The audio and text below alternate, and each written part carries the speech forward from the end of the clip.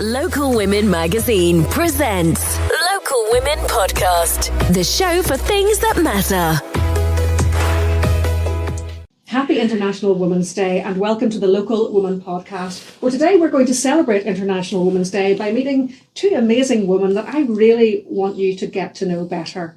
First of all, I met Cara McGillion. Now, I met her through my friend Robin. She's a country singer and she's just somebody that I really liked and thought she was a great girl. And she's now blushing, but she's just a lovely person. The makeup, and a Kim. great girl, and she's such a talent. And we really bonded. And then I got to know her mummy, Donna-Marie. And Donna-Marie is somebody you maybe know. She's maybe somebody you've seen on the news. She's somebody who experienced something that the rest of us can probably only really imagine.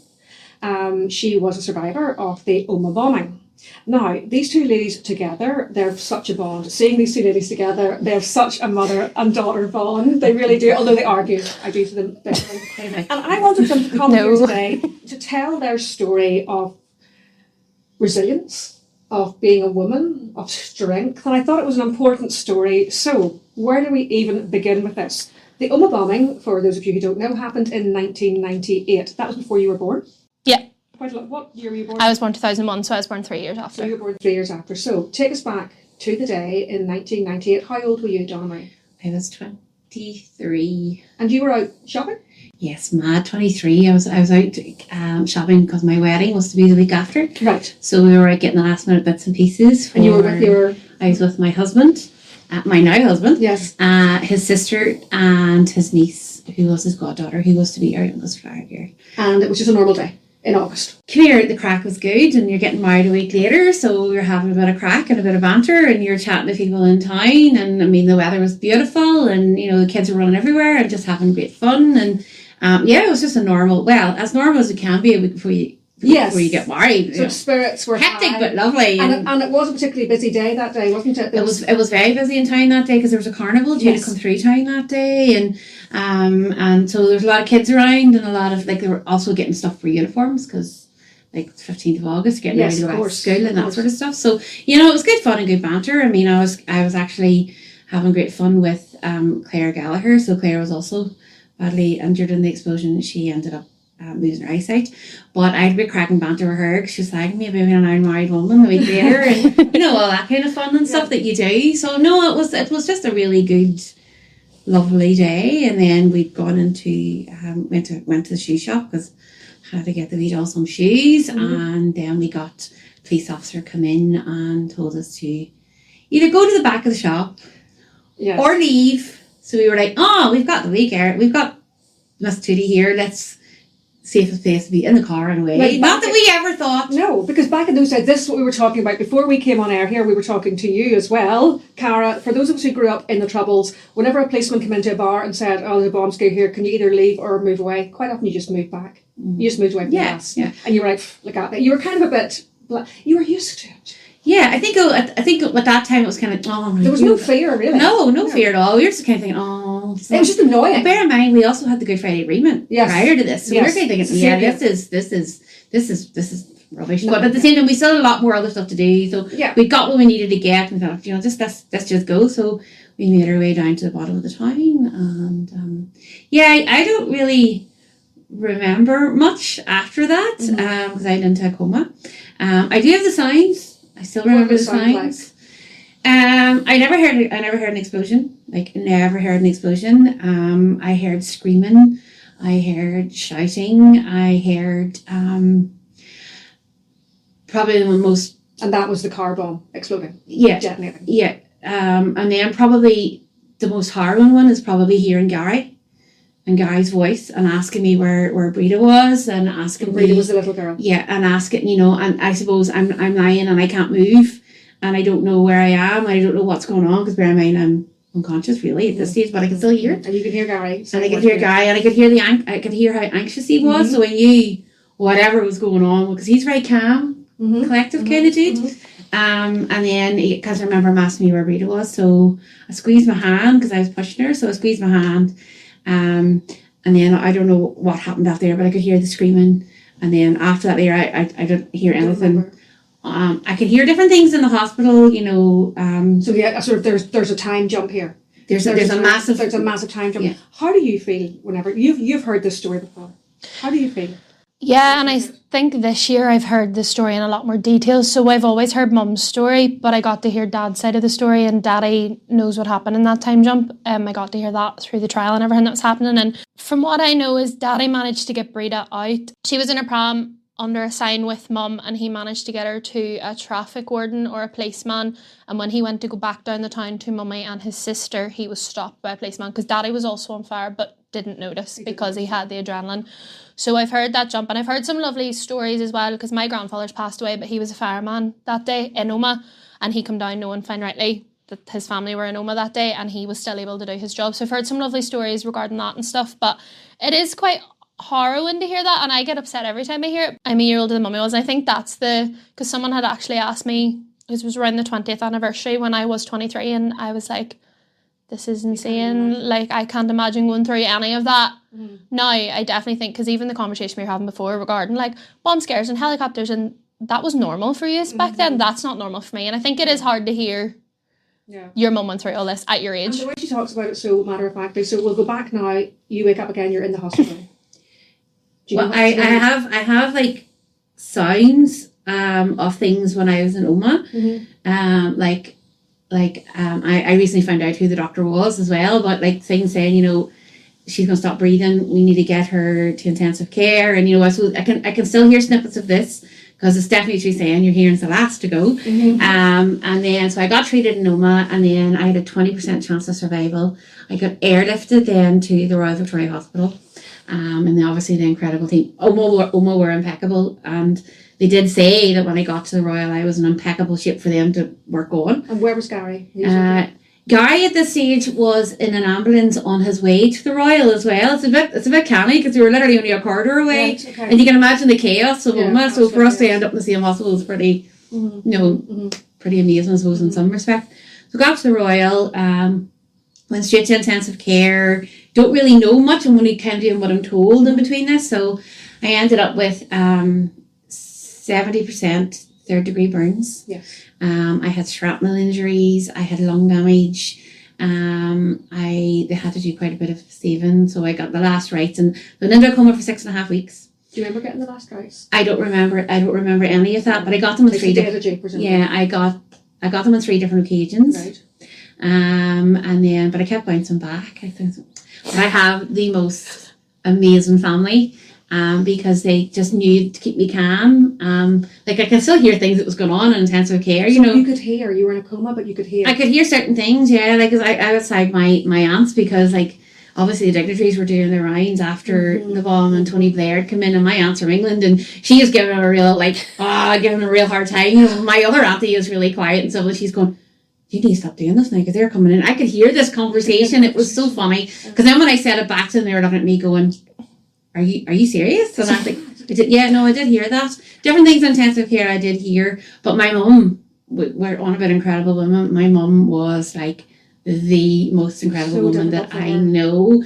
Like she kept it all very much together. Bear in mind, I have 2 brothers as well, so and one of them was only 16, so she had to keep an eye, make stop them from getting angry, and you know all that sort of stuff. Of but she never allowed any of them to come into my bed and cry. No. Or come into my bed and show any anger or do any of this. She says, keep it calm, go in and chat to her. Keep it normal. Keep it as normal as you can. And she was incredibly strong because in my head, I'm kind of going, how do you do this? Like as a mother now, you kind of, because I would imagine you go to pieces. Like, yeah. And then 6.5 weeks then, I come round. I didn't know what had happened. No. Didn't know what went on. People were coming in. Guy's dad was a fireman. I really thought it was an accident. So you assumed you were in an accident? I think he just assumed that. Yeah. So then Guy's dad came in and I was giving him a hard time. I give everybody a hard time. And I was like, so we're in an accident. You cut me out of the car. And my mum told him not to tell me until, because I couldn't talk. Right, okay. Because I had a trachea in, so I couldn't talk. And she knew I'd have 101 different questions to ask.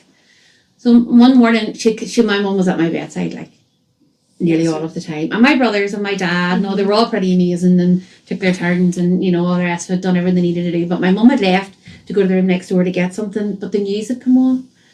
And I'd heard from a news thing that there was a bomb in Omagh and it went off. You heard the words. And I was like, I get a real, oh my God, that's what happened to me. Like, just caught it on. So then she came in and I was like, connected. Just seemed to all connect, yeah. And then I said to her, I mouthed it at her. And then she got the doctor to cap. So they were to cap my thing, take the breathing apparatus off and cap it for a very short period of time so I could talk for a bit. What did you say? I just think I know, and do you know what? I think I just listened a lot because I didn't really get it. I was like, who, why, what the heck, or, you know, and it was then I caught on. No, here, hold on. When did they tell you about Brita? I caught it on. I was like, where's Brita? Where's Tracy? Because they kind of told me where Guy was because Guy had come down to see me. So he was there. So I knew he was okay. And they said Tracy was, when I found out it was a bomb, I knew Tracy was Tracy was in intensive care also. So Tracy, she's at the other side. Yeah. And then Guy had, so he was up and down, and then I kind of clicked, and then I was like, no, I kind of knew. So then my mum and all had told me then it was kind of hard. It was hard. Incredibly painful. It was hard, yeah, but it was because I had all this physical pain, and then just trying to get your head around it. I don't think and you know what, even like when you're 27 years on, I don't think I've ever really got my head around it, to be fair. No, it's not really something you kind of just learn to live with it. Yeah, now that's something that you have had to learn to live with this as well, although you weren't directly involved. There's a lot of talk these days about generational trauma. Do you feel that has affected you? Yeah, I think it definitely has. I do a lot of work with Wave Trauma Centre, who are very, very good to the families of those affected by the Troubles, and it was actually a lovely lady, Donna, when I got down to speak to her one day, and we talked about intergenerational trauma and all of that, and I do think I've grown up with that. I mean, I grew up with the why does your mummy look different, and what happened to your mum, and then they kept me protected from a lot of that until I was a certain age, and then they had to tell me, because I was going to school and everyone was starting to say snippets to me, and it was eventually like, they had to tell me. But I don't necessarily remember ever being sat down and told this is exactly what happened. I actually think it was a conversation with my nanny Pat that I really clicked what had happened, because I know what to ask and what not to ask. How did you feel whenever your nanny Pat told you? I think when I learned the full extent, I was still quite young. I think I was only primaries, maybe primary 7. I don't think I fully understood the full extent of it. I think I understand it a lot more now.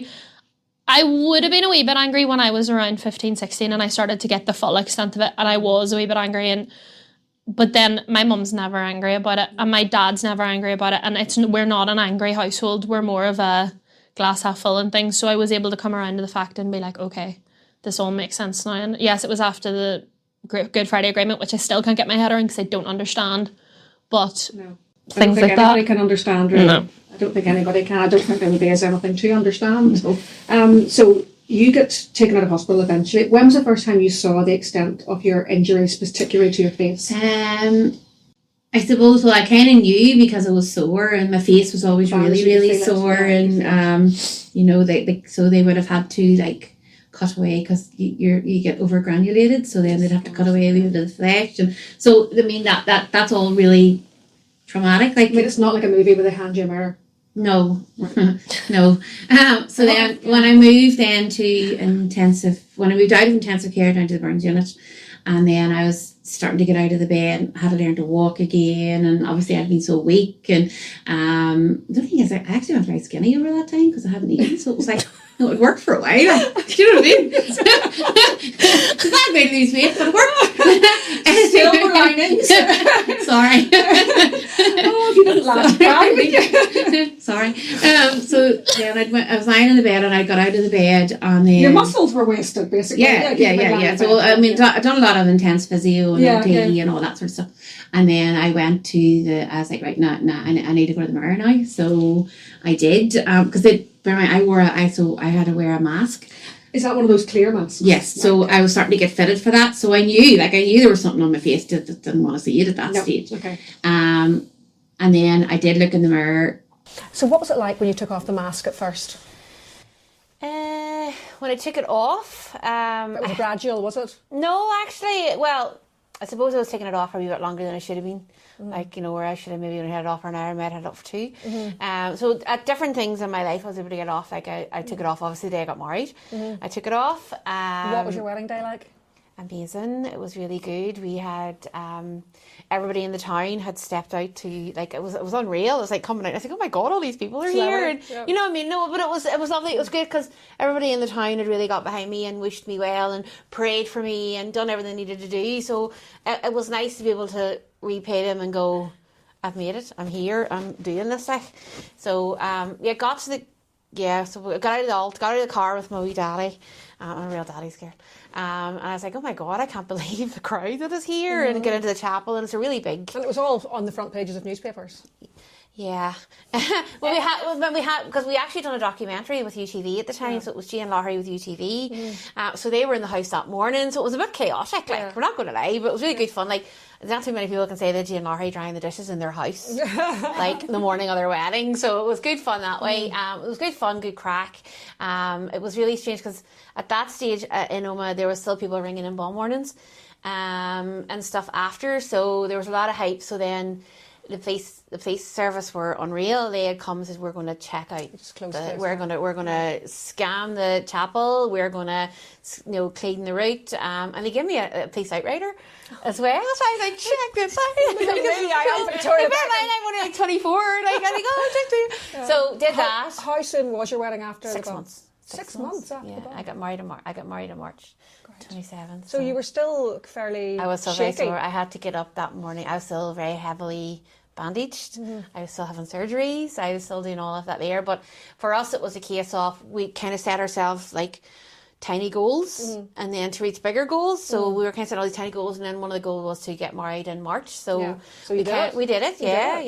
And Gary can't cry because he did get a chance to get out of it. He didn't take the bet, so you know what I mean? Like, so. Do you know what I mean? No, so he had a chance to not marry me, and he took it anyway. Yeah. So then the wedding day was unreal. It was really good. I say loads of fun. Got to the altar. We had 6 priests.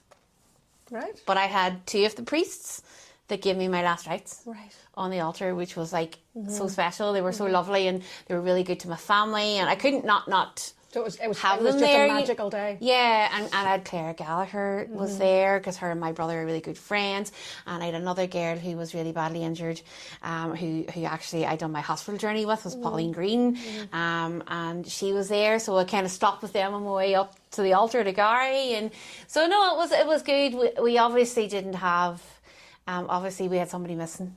And that was really hard, but we kept everything the way it should have been. So everything was all the same. The booklets were all the same.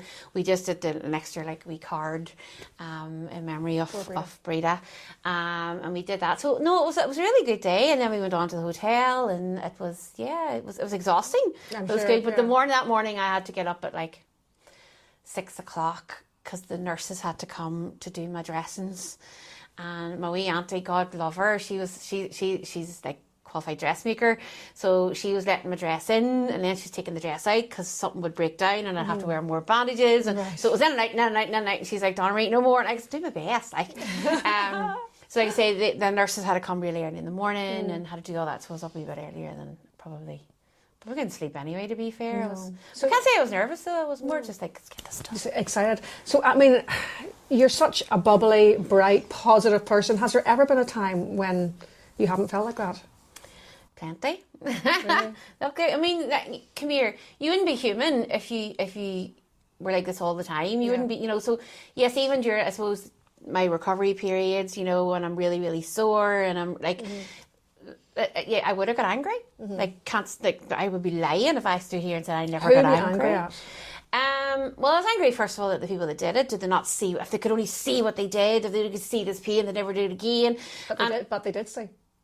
Yeah, well, I don't think they've seen. I think they've seen, but they choose not to see it. Does that make sense? Possibly. You're looking directly at it, but you don't actually see it because you don't have that capacity to do that. And they have their own ideologies, which you don't get into because I don't really think about them. And then I had to kind of settle myself. I was like, okay, it's not going to do anybody any good. It's not going to do me any good. It's not going to change the story. It's not going to. No. So yes, angry for about 10 minutes or so, and then I settle myself, get on with it, settle myself, and I have great faith. My faith is very important to me, and I think I probably wouldn't be where I'm at without the faith that I have. And what did the priest say to you? Is there anything that sticks in your mind that a priest maybe said to you? There was one. The guy that actually married me was actually one of my best friends. Right. So he used to always have a bit of crack and banter because I'm just kind of love a bit of fun, a bit of crack, you know. So he would have come and visit me all the time. But it was actually a visiting priest come up. He was originally a priest in a wee town called Sion Mills, and he had come up and he was sitting, and I just kind of like, when I'm younger, when I'm going through school and when I'm doing all there, I'm taught that you have to forgive and forget. Yes. It's kind of what you're taught. When I'm looking at him going, yeah, don't know if I can do that right now, and I feel really bad, and you know, in my head I'm going, oh my God, so where's my faith lie now, because I can't do this, and you know, so I did struggle with it. But he said to me, and I've kind of held it, he goes, well, first of all, you can't forgive those that don't ask for forgiveness. True. And I was like, oh, okay. Or who don't want to be forgiven. Well, that's it. So I was like, oh, okay. So, I mean, because accountability is everything. Yeah. Right? Yeah. So I was like, right, okay. So that kind of settled me for a long period of time. That the onus was not on you anymore. The onus was on them. Yeah. And then I think one day I went to the Good Friday service at 3:00, and I was sitting in Mass, and just like no, they talk about light bulb moments. I never thought they were true until this, right? Yeah. So, and I'm sitting in the middle of the service, and I'm kind of going, it actually isn't for me to forgive them. It's up to God to forgive them. So when they reach the pearly gates, they'll be going, oh, here, no accountability, away you go. Do you know what I mean? Yeah. And it's not my duty. It's not, who am I to forgive anybody? No. Like, at the end of the day, it's not, if I do something wrong, then I have to ask for forgiveness, and that's fine. But so I kind of put it to bed. I kind of cried it out and was like, how do you feel about those people now? I don't. You don't. No, I'm not lying. I don't. I don't give them a thought. I don't. They're not in your spirit. They're not in my. What about you, Cara? How do you feel about the people?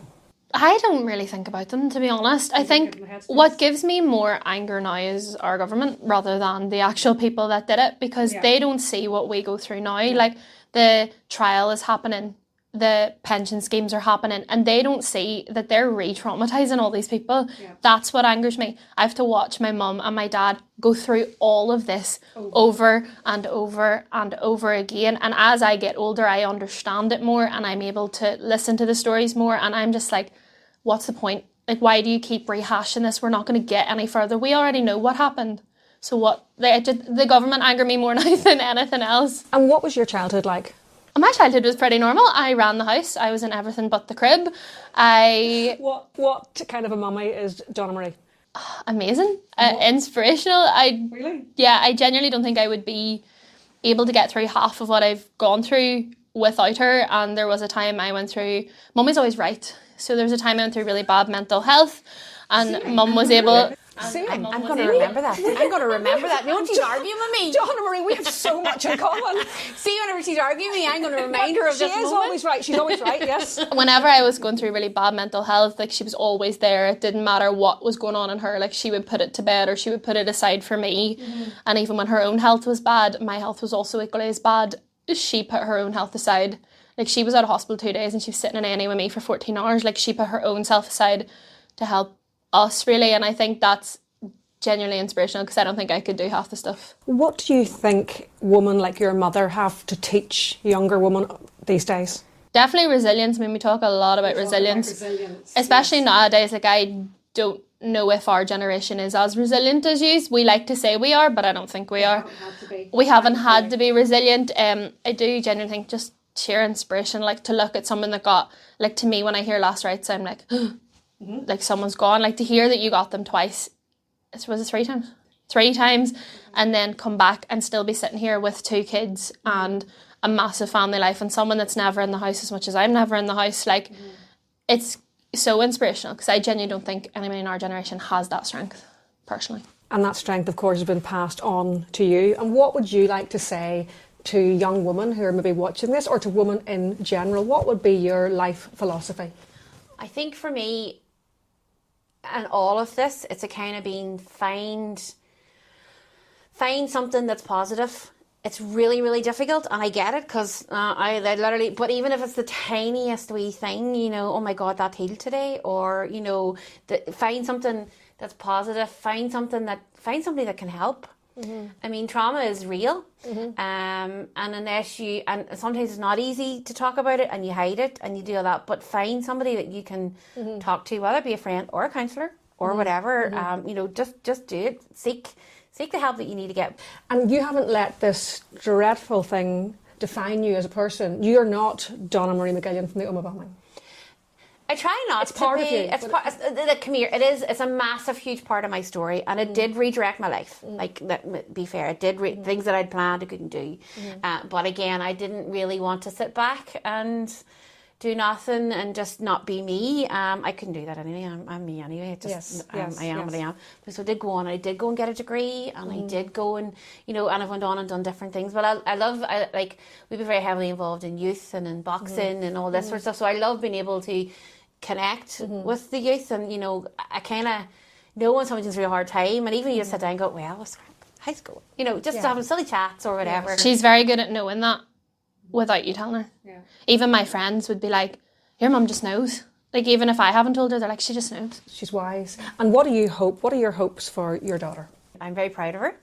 And she, I mean, I know she's talented in her singing and her songwriting, but I'm proud of the person she is. And I mean, she has her own troubles. She suffers from endometriosis and all that sort of stuff, and I've seen her go down, and it's hard as a parent to watch that, and there's nothing you can do. But I've also seen how resilient she is, that she is in Stormont, and she's going, better women's health, like, this is not good enough, and it's not good enough that I have to sit in a room full of pregnant women, and all this sort of stuff. So she's very much a girl's girl, and she's very much women's, and I'm quite proud of her for that. I would be extremely proud of her. But I am really happy that she's doing what she loves. There's one thing about Cara, is she doesn't know how amazing she is. Yeah, but that's why she doesn't. Keep her down. No, but she doesn't. I'm all for understand. She doesn't realise. I don't think she quite Stay gets humble. it. She doesn't quite get it. I saw her on stage, obviously, at the last awards we attended, and I looked at her on stage, and I watched her up there, and she was giving it loads, and she sounded brilliant, and I was like, that's my mate. Yeah. And it was just like really, and obviously I don't know how you must have felt exactly the same. That is my daughter. Well, she actually blew me away that day. In fairness, it's the best I've ever heard her do it. But she was amazing. I love her. Again, it's back to resilience, because she has been knocked down and people have been horrible to her, but she's rose above it, and she said, like, I'm going to prove you all wrong, and I'm going to do this, and she does do it in life in general. So no, I'm proud of her that she's doing what she loves. I always said to her, just do what you love, because you never work a day in your life. Exactly. But so I am proud of who she's become and what she's doing. I could hang her sometimes, like when she's not putting her shoes away and she's not, messy. I bet she's messy. Yeah, a wee bit. Just a chat. Well, thank you so much, ladies. This has been such a special chat that we have had today on International Women's Day, and there's nobody I would rather have had here with me today than Cara and Donna-Marie McGillion. Thank you so much. Thank you. Local Women Magazine presents Local Women Podcast, the show for things that matter.